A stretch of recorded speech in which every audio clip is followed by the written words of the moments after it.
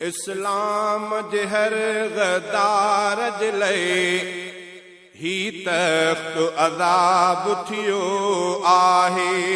इस्लाम जे हर गदार जे लए ही तख्त अज़ाब थियो आहे। हिन वक्त जाही हाकिम बि ॿुधन बेदीन रही न सघियो आहे। हिन वक्त जाही हाकिम बि ॿुधन बेदीन रही न सघियो आहे। इस्लाम जे नाए थियो मुल्क फतह वेही तख्त ते ज़ालिम कनि था दगा। इस्लाम जे नाए थियो मुल्क फतह वेही तख्त ते ज़ालिम कनि था दगा। अहिड़नि त दगा बाज़नि जो ॾिसो रब कहिड़ो हाल कयो आहे। अहिड़नि त दगा बाज़नि जो ॾिसो रब कहिड़ो हाल कयो आहे। इस्लाम जे हर गदार जे लए ही तख्त अज़ाब थियो आहे। हिन वक्त जाही हाकिम बि ॿुधन बेदीन रही न सघियो आहे। के गोलिन जो थी खाज वया के फासिन ते लटकी पया। के गोलिन जो थी खाज वया के फासिन ते लटकी पया। के टुकरा टुकरा जहाज में थिया कायम न सदा को रहियो आहे। के टुकरा टुकरा जहाज में थिया कायम न सदा को रहियो आहे। हिन वक्त जाही हाकिम बि ॿुधन बेदीन रही न सघियो आहे। इस्लाम जे हर गदार जे लए ही तख्त अज़ाब थियो आहे। इस्लाम जे हर गदार जे लए ही तख्त अज़ाब थियो आहे। के थी विया आहिनि मुल्क बदर अॼु कोन अचनि था कंहिंखे नज़र। के थी विया आहिनि मुल्क बदर अॼु कोन अचनि था कंहिंखे नज़र। था जेल में खां इन किन खे मच्छर वॾो तिन खे अज़ाब मिलियो आहे। था जेल में खां इन किन खे मच्छर वॾो तिन खे अज़ाब मिलियो आहे।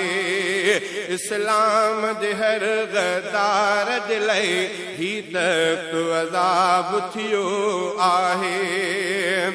के अमेरिका जी ज़ुबान बणिया के रूस जी आहिनि जान बणिया।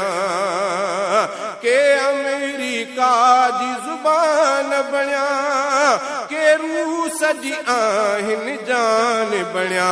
के लंडन जो सामान बणिया पर कंहिं बि न खाधो खटियो आहे। के लंडन जो सामान बणिया पर कंहिं बि न खाधो खटियो आहे। इस्लाम जे हर गदार जे लए ही तख्त अज़ाब थियो आहे। अमेरिका थो उचाट करे बारूद इराक जे लए थो भरे। अमेरिका थो उचाट करे बारूद इराक जे लए थो भरे। बुछड़ो थी जे कर बुश मरे मुस्लिम सां सदाई विढ़ियो आहे। बुछड़ो थी जे कर बुश मरे मुस्लिम सां सदाई विढ़ियो आहे। इस्लाम जे हर गदार जे लए ही तख्त अज़ाब थियो आहे।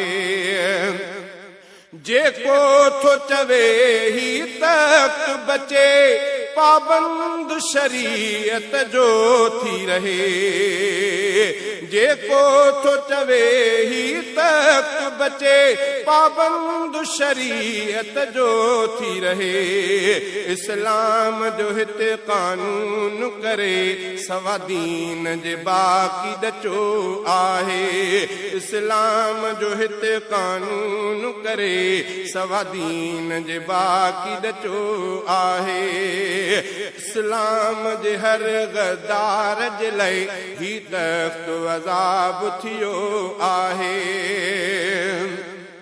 शहज़ाद सची आ कहानी लिखी बेसमझ जे लाइ समझाणी लिखी शहज़ाद सची आ कहानी लिखी बेसमझ जे लाइ समझाणी लिखी इस्लाम सिवा को चारो न आ हिन हक़ जो को ॾिनो आहे इस्लाम जे हर गद्दार जे लाइ ही तख्त अज़ाब थियो आहे हिन वक्त जाही हाकिम बि ॿुधनि बेदीन रही न सघियो आहे।